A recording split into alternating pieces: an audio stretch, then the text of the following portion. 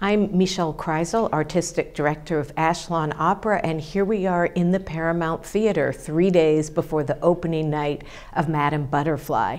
Now, we've been rehearsing nearly 3 weeks at Charlottesville High School, but being on the actual stage with Murdoch Lucas's beautiful set changes everything in a really good way. Murdoch has really captured the Japanese aesthetic. He and stage director Dan Ragazzi have closely studied Japanese theater, no theater, kabuki theater, as well as what were historically accurate designs for homes in the period in which the opera is set. But they're not so slavish to history that it doesn't have an element of charm and whimsy.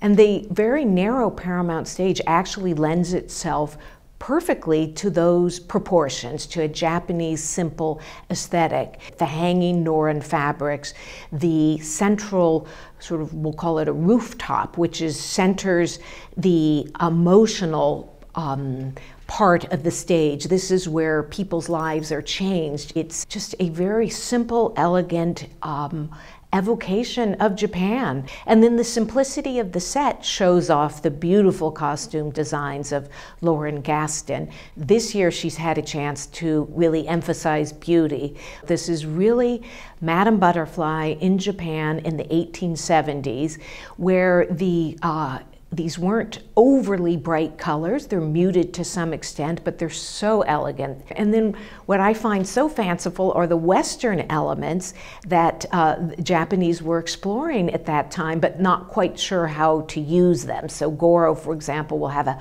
bowler hat with his Japanese outfit. So you'll see some people with elements of Western dress while they appear to be clothed in Japanese clothing. And then the second act opens with Butterfly convinced she is an American wife, an American household. So the way Lauren has dressed her in a Western style dress, but that she made out of a vintage kimono. So the fabric is Japanese, but the style is what American women would have been wearing in the 1870s. So the combination of sets, costumes, props, and lighting make this just a magical production. Madama Butterfly is really modern music.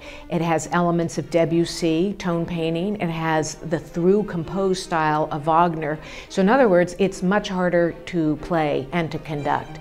And it's a new piece to our conductor, Steve Jarvie, but after 3 weeks of rehearsals with the singers, he knows this piece inside and out and brought that knowledge to the first orchestra read. They played not only so well, they played with such passion and so much heart and soul. And last night we had what's called the Sitzprobe, which is the first time the singers work with the orchestra. And it was so extraordinary last night. Everybody was so excited to be making music together on this level, and the orchestra plays magnificently, and Steve Jarvie is just such an incredible conductor. And I think everyone, singers, conductor, orchestral musicians, left last night saying, we have a fabulous show.